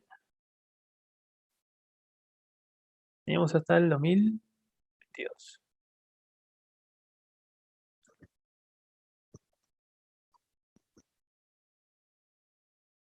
Bien. Entonces vos tenés, el préstamo te lo dieron el 1 de enero, ¿no? O sea que en realidad es 17. El flujo de fondos es el siguiente. A vos te dan 1000 y después vas a pagar 59, 59 y 1250 más 59. ¿Sí? Si ustedes suman esto lineal, no les da 0. ¿Está? Evidentemente. El problema es que esto no lo pueden sumar lineal. ¿Está? ¿Por qué? Porque son diferentes momentos. Perdón, profesor, hay un año de más ahí, me parece. Porque son 5 años. El 2017 Sí, no, lo no que va. pasa que es. Sí, lo que pasa Aumento que cero, digamos. sí, o sea, lo que pasa que esto es el Ahí está, 31 de diciembre, ¿no? claro.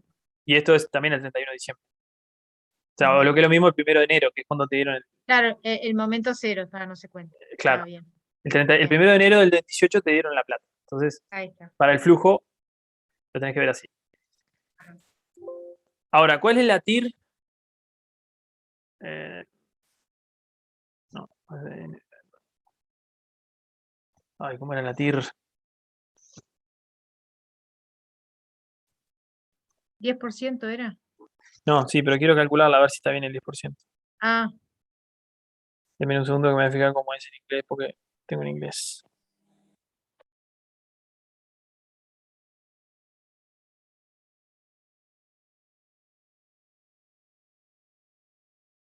IRR. IRR. Ahí está. ¿Ah? Si yo calculo la TIR, me debería dar 10%. Exactamente. Clavado 10%. ¿Sí? Si yo ahora lo vamos a verificar, ¿no? Pero básicamente es, si yo empiezo a deflactar, voy a hacer 1, 1 con 1, ¿no? 1 con 1. Y acá vamos a hacer así. Esto es el año 1, el año 2, 3, 4, 5. Entonces yo voy a hacer esto, este queda igual. Este, voy a hacer lo mismo que hicimos acá, ¿no? ¿Estamos de acuerdo? Lo mismo que hicimos acá.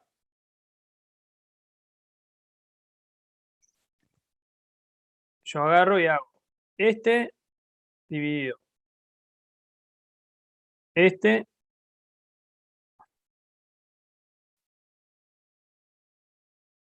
a la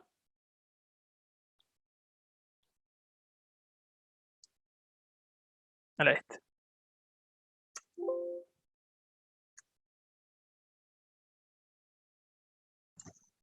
Queda ahí superpuesto. No te quedó en la G. Ahí va. Ahí va. Gracias. Ahí está. Vamos a hacer lo mismo. Esto es 1 con 1 también. Ahí está. Y esto para acá. Ahí va. ¿Ah? Si yo sumo esto, me debería dar 0.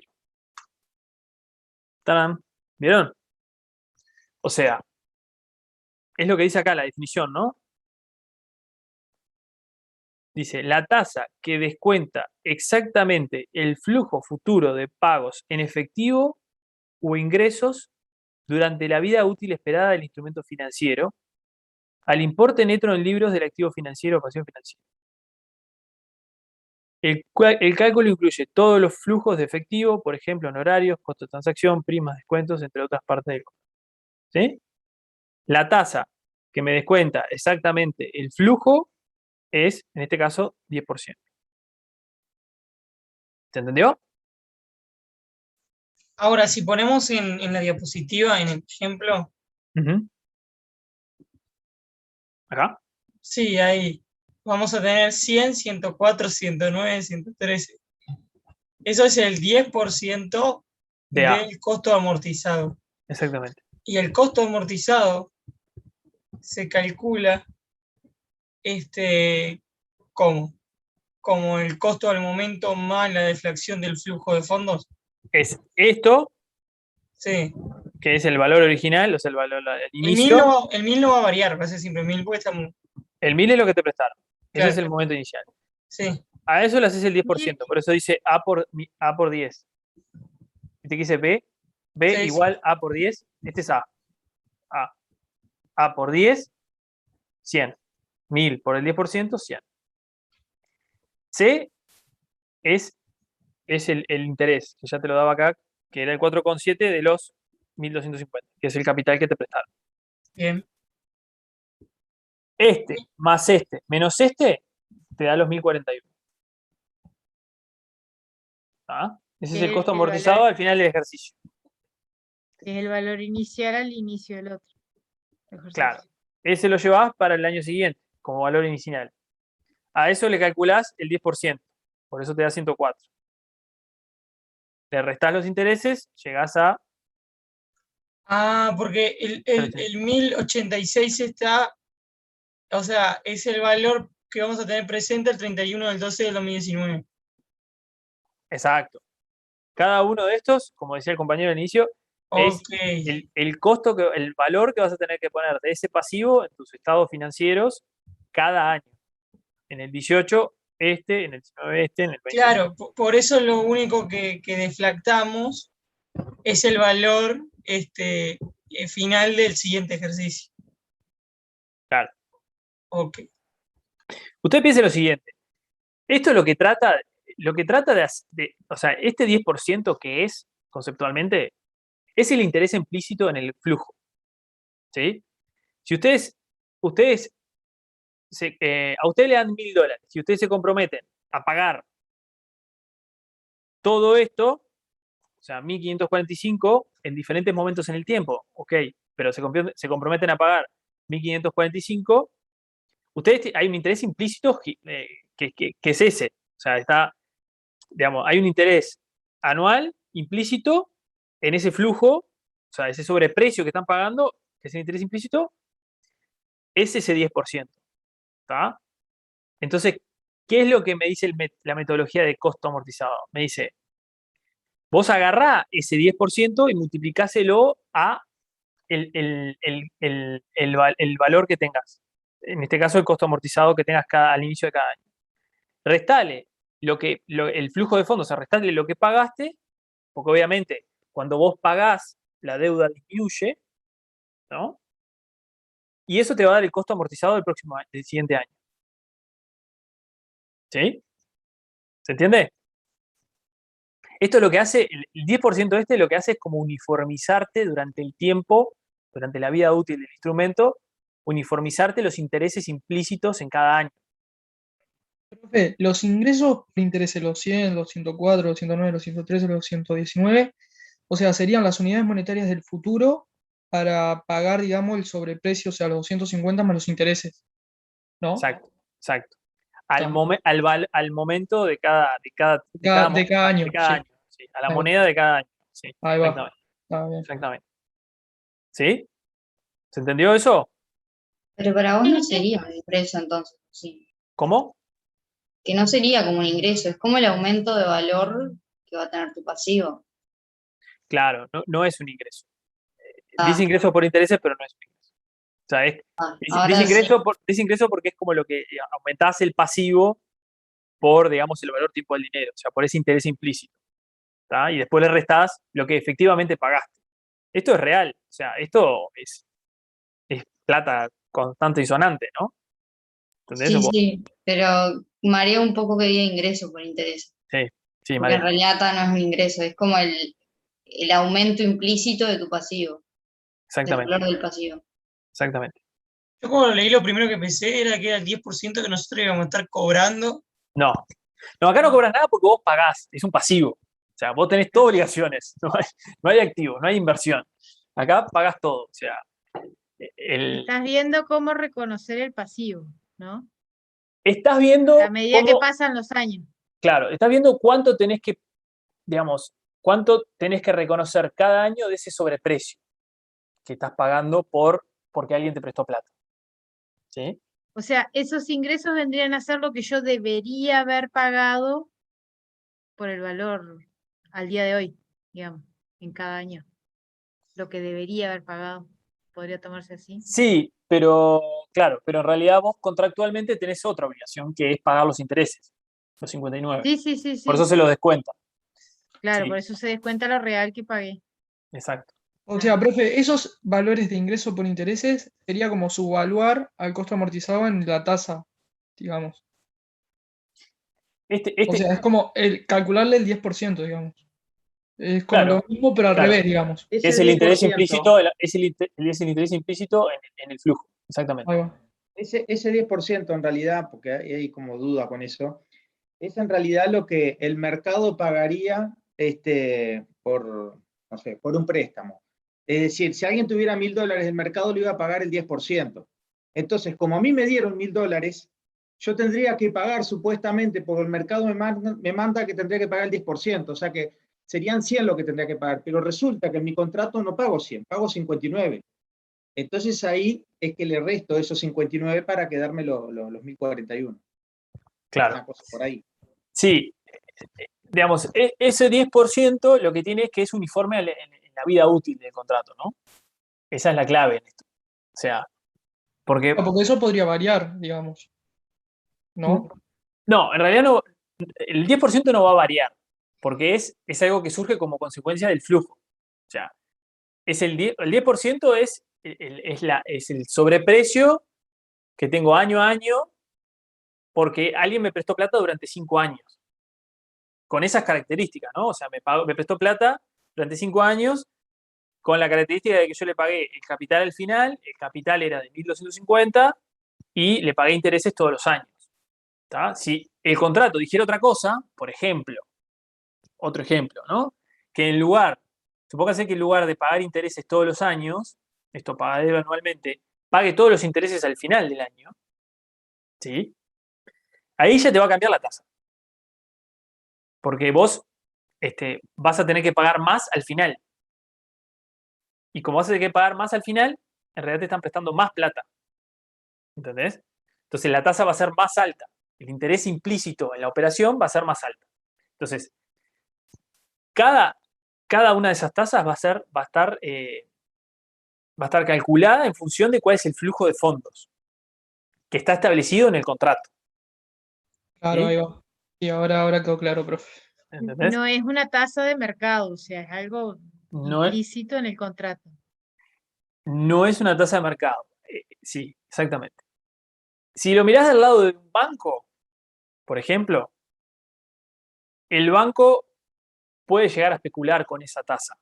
¿Por qué? Porque esto ya es más de negocio, ¿no? Digamos, el banco puede llegar a especular con esa tasa porque capaz que hay un banco que está prestando una tasa menor, entonces pierde competitividad. ¿Sí? Entonces, el banco puede llegar a calcular esa tasa. Y capaz que te presta, o sea, capaz que lo que hace es subirte un poco la tasa de interés que está establecida en el contrato. ¿Está? Pero bueno, eso es especulación del banco, ¿no? Pero digamos, no es una tasa de mercado, es una tasa que está implícita en el flujo, en el contrato, en el flujo de fondos que establece el contrato. ¿Está? Y me resuelve un tema que no es menor en este caso, que es los diferentes momentos. ¿Está? Y el valor, o sea, y el plazo del contrato. Es un plazo a 5 años. Entonces, el valor tiempo del dinero es muy grande. ¿Sí? Y la norma no me permite sumar linealmente los números que son de diferentes años. Entonces, esta tasa de interés implícita lo que me hace es, o la tasa de interés efectiva, lo que me hace es, me elimina ese problema que tengo del valor tiempo del dinero. ¿Ah? El profesor era como hablábamos en los litigios y demás, que también teníamos una tasa de descuento y teníamos que llevar como un valor presente para evaluar lo que se iba a cobrar o no. Claro. Por tanto, esto Claro. sería más o menos lo mismo. O sea, como son 5 años, como que tengo que descontar sobre esa, tomar esa tasa, descontarlo por los años que voy a tener para llevarlo al presente. Más o menos así el concepto. Exactamente, exactamente. Es un concepto similar, exactamente. Exactamente. Similar a lo que estábamos haciendo. Ujú. Gracias. Bien.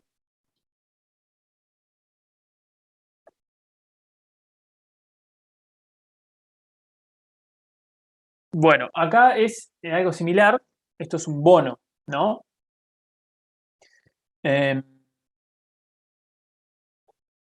Instrumento de deuda al costo amortizado. Dice, el 1 de enero del 2018 tenemos un bono de vencimiento a 3 años, valor nominal 1.000, interés nominal anual pagadero al 31 de diciembre de cada año, 8%. La empresa paga un 10% bajo la par, o sea que pagó 900 por un bono que vale 1.000. La empresa paga un 3% de costo de intermediación. Paso 1, cálculo de interés efectivo. ¿Sí? Armo el flujo de fondos, ¿sí? Lo mismo que hicimos acá en el Excel. ¿Sí? Se armó el flujo de fondos acá, en el ejemplo. ¿Qué hizo? Agarró los 900 que pagó, ¿sí? Por adquirir el bono, le sumó los 27 de costo de intermediación, ¿sí? Lo que me cobró el broker. Entonces yo, el momento cero, desenvolví 927 pesos o dólares, no sé qué son. ¿Está? ¿Qué voy a recibir? ¿No? Ya compré el bono, ahora espero recibir cosas, ¿no? En el futuro. El bono es a 3 años. El primer año voy a recibir intereses, el 8% de los 1.000, ¿sí? Que es el valor nominal. 80 dólares, 80 pesos. El año 2 lo mismo. El tercer año voy a recibir los 80 más el monto del capital, ¿sí? Que son el cupón, que son los 1.000. ¿Está? ¿Cuál es la tasa interna de retorno? O sea, la TIR de ese flujo. Lo mismo que hicimos acá, ¿no? Exactamente lo mismo que hicimos acá. ¿Está? Agarramos el flujo, calculamos la TIR y eso nos dio 10,99. Entonces, armo la tablita del costo. ¿Está? Lo mismo. Agarro y hago los 9,27, le sumo, hago 9,27 por el 10,99, me da 102, le resto los 80, llego a 9,49. ¿Vos explica la planilla esa, la 1? ¿Está? Sí. Sí. Esto es el flujo de fondos. ¿Está? El flujo que genera ese bono. ¿Sí? Entonces, ustedes siempre piensen que lo primero que van a tener que hacer es decir, bueno, yo acordé algo, compré un bono en este caso. Me tengo que fijar cuál es el flujo establecido en el contrato. El flujo establecido en el contrato es que yo pagué 900 por un bono cuyo valor nominal es 1.000, porque pagué 10% bajo la par. Eso quiere decir que el valor de mercado de ese bono en ese momento era 900, o sea, estaba por debajo de su valor nominal. Esto puede ser por arriba, sobre la par, puede ser al valor nominal o bajo la par. Eso, valor de mercado, ¿sí? Pero el bono se emitió originalmente a 1.000. Eso sí. ¿Cómo? Quería saber las horas cuentas, los 80 y los 80 y los 1.080. Después te paga un interés del 8% anual, ¿está? Siempre sobre el valor nominal. Y pagaste 27 pesos de gastos del broker, ¿no? Suponete, del corredor de bolsa. Entonces, en el momento cero, vos desembolsaste, pagaste en dinero los 900 más los 27, ¿está? Y te dieron un bono a cambio, un papelito, ¿está? Ese papelito te va a dar el derecho a cobrar, ¿qué? El año siguiente, 80, que son los 1.000 por 8. 80 de interés, ¿sí? Al año 2, lo mismo, 80 por los intereses. El tercer año, lo mismo, 80 por los intereses y el cupón, que son los 1.000, ¿sí? me van a pagar el cupón, que son los 1000, que es el valor nominal del bien, del bono. ¿Me seguiste?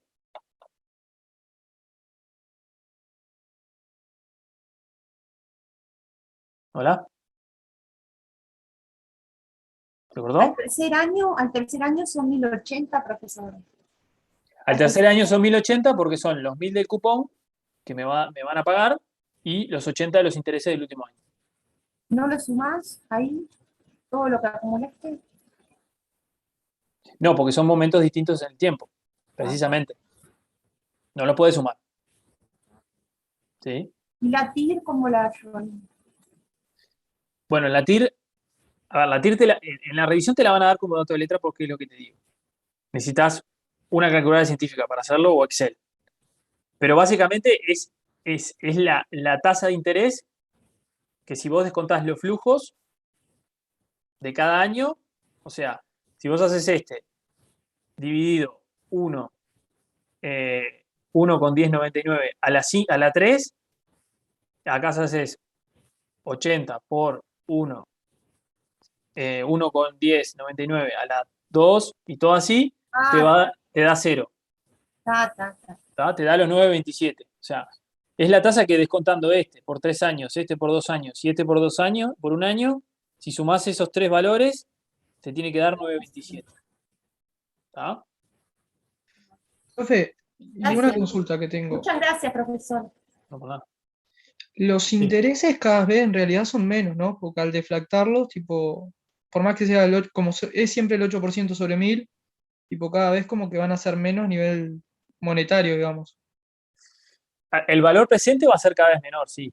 O sea, porque lo que pasa es que vos lo que estás haciendo acá es llevarlo para acá, ¿no?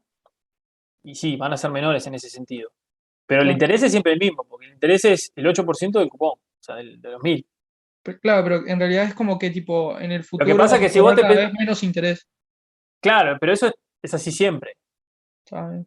Porque vos estás parado acá en el año 0 y si vos recibís, o sea, el valor, la definición de valor tiempo del dinero es no es lo mismo que yo te dé 80 pesos hoy que te dé 80 pesos en 3 años. Porque durante esos 3 años vos podés agarrar esos 80 pesos e invertirlos y recibir un ingreso por eso. ¿Entendés? Entonces nunca 80 pesos dentro de 3 años van a ser lo mismo que 80 pesos de hoy. ¿Sí? Más vale plata en mano que, ¿no? Más vale pájaro en mano que sin volando, dicen.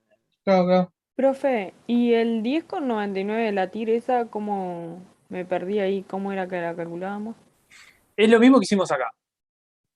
¿Está? O sea, yo acá la hice en Excel y me dio 10%. Entonces, lo que tenés que hacer es descontar el flujo. ¿Sí? O sea, yo acá lo que hice fue agarrar los 59 del interés y hice los 59 del interés dividido 1 más el 10% elevado a la 4, que es la cantidad de años que pasaron. ¿Está? Y eso me dio 40. O sea, el valor presente de estos 59 al momento 0 es 40 pesos. ¿Está? Y todo pero, así. o sea, pero ¿cómo hicimos? O sea, siempre te va a dar, es que no entiendo, o sea, ahí está porque nos ponían en el ejercicio, pero... Te la van a poner siempre te van a dar el dato. Eso olvídate. Te lo van a dar porque no puedes calcularlo en la revisión. Ahí va. Porque vos, o sea, acá porque yo ya tenía el dato y hice el flujo así. Pero vos en realidad lo que tendrías que hacer, si no tuvieras Excel, tendrías que ir probando tasas, posibles tasas. Por eso le iba a decir, si no... Claro, hasta que esto te dé 0. Claro. Sí. Eso se llama iterar, que es probar tasas hasta que el flujo te dé 0. Hasta que el flujo descontado te dé 0. Hasta que este número te dé 0. Eso se llama iterar. En finanzas se llama iterar. Es probar la tasa, que acá era 10%, probar la tasa hasta que te dé 0. Sí. Ahí va, buenísimo. Sí, pero te la van a dar la tasa. Eso olvídate. Porque si vos, o sea, o lo metés en Excel o en una calculadora financiera lo podrías calcular. ¿Ah? En la revisión, si te piden la TIR, te van a dar 3 o 4 valores y probás con esos 3 o 4 valores a ver cuál te da 0. Sí, o un flujo muy corto, ¿no? Para que no tengas que hacer tantos cálculos a mano. Sí. Pero en general, Sobre todo ahora que son múltiples opciones, va a estar el dato de la T. Eso no se preocupen. Lo que sí le van a pedir seguro es calcular este cuadrito. No sé, calcular el costo amortizado del bono al 31 de diciembre del 2019. Entonces van a tener que calcular, hacer esto, ¿no? O sea, la tasa se la van a dar, pero digamos, este paso lo van a tener que hacer seguro. Este paso se lo van a dar.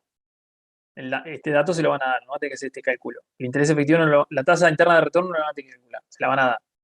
Pero sí van a tener que hacer este cuadrito y calcular el costo amortizado. Eso fija. ¿Está? ¿Se entendió? Sí. Bien. Esto es un poco lo que ya vimos. Clasificación de instrumentos financieros, primarios, derivados y compuestos. ¿Está? Primarios son los comunes, digamos, ¿no? Pueden ser depósitos en efectivo, bonos, préstamos, cuentas a cobrar y a pagar con terceros, cuentas comerciales o diversas, instrumentos de capital. ¿Sí? Acciones, bonos.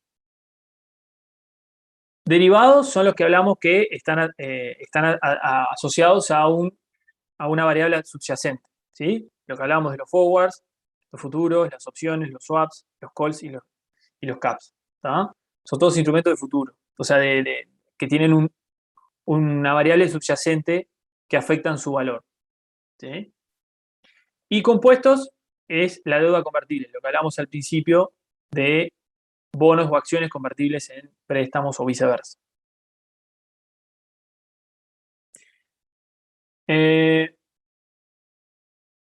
Bueno, esto lo vamos a ver la clase que viene, mejor. Sí, lo de los enfoques sí lo vamos a ver la clase que viene, bueno, no va a dar. Si no, lo vamos a dejar colgado. Ya son las 9:05. Bueno, ¿alguna duda hasta lo que vimos hoy? Bueno, muchas gracias, profesor. Profe, Sí. ¿puede volver al cuadro del último ejemplo? Que le quiero hacer una pregunta. Ahí va. Sí. Sí. ¿El 102 de dónde sale? Del interés efectivo. ¿Este? 9.27 por 10,99. Ah, gracias. Le da 101,80 y algo, pero es eso. Sí, puede haber un redondeo, sí. Perfecto. ¿Alguna otra duda de este tema? Yo sé que es un tema complejo y que digamos, cuesta un poco entenderlo, pero a medida que vamos haciendo los ejercicios, le va a ir cerrando un poco más. Pero sí, es un tema complejo y sobre todo porque hablamos mucho de instrumentos que no son tan comunes como las acciones, los bonos, ¿no? Que uno no está tan acostumbrado a tratar, salvo que estés en esa industria, ¿no? Trabajas en un corredor de bolsa, en un banco, ese tipo de cosas que están más acostumbrados a este tipo de instrumentos, les parecen más naturales, ¿no? Pero en empresas comerciales, de repente, o de servicios, no es tan común utilizar bonos, acciones, futuros, lo que sea, ¿no? ¿Alguna otra duda? Profe, No, algo- con respecto a la registración, pero igual lo vemos en la clase que viene con los prácticos. Registración. Ahí. O sea, en cada año que vas registrando de esa tablita. ¿De esa o de la otra que teníamos que es más corta? Ah, bueno, eso sí, lo vamos a ver. Va a depender un poco del método. ¿Tá? Acá vimos solo un método, pero lo vamos a ver la clase que viene cuando veamos esto que está acá, que es, digamos, la medición posterior, ¿no? O sea, cómo vamos a medir. Eso lo vamos a ver, sí, la clase que viene. Cómo lo registramos. Ahí está. Bárbaro, gracias. Buen fin de ¿Ah? semana. Bueno, gracias a Profe, ustedes. Sí. perdón que lo moleste. Sí. ¿Tiene alguna novedad con respecto a la revisión? Porque hay varias preguntas que han generado varias discusiones en los foros y Sí. la verdad que no ha habido respuesta por parte de la cátedra. No sé si usted tiene algún comentario para hacernos o algo. Mira, lo único que sé es que hay una pregunta que estaba mal puesta en el EVA, 13. creo. Las 13 determinaron que eran dos respuestas correctas. La A Eso. y la... Esa fue la única aclaración que la cátedra hizo hasta el momento, digamos, del tema de las respuestas. A ver, en general, digamos, si hay un consenso sobre alguna cuestión, lo vamos a comunicar en el EVA. Eso como comunicamos este caso de que 2 opciones eran válidas. ¿Tá? Así que en ese sentido quédese tranquilo. Si hay, digamos, si hay alguna resolución, porque hubo algún error, lo que sea, como en el caso de este, lo vamos a publicar en el EVA como lo publicaron hoy, creo que fue hoy o ayer que lo publicaron. Si usted tiene alguna duda en particular con algún ejercicio de la revisión, va a haber una muestra de sobres, como siempre. Y ahí pueden plantear las dudas, sin problema. Bárbaro, muchas gracias. ¿Ah? Bueno, buen fin de semana y bueno, estudien un poco. ¿Tá? Buen fin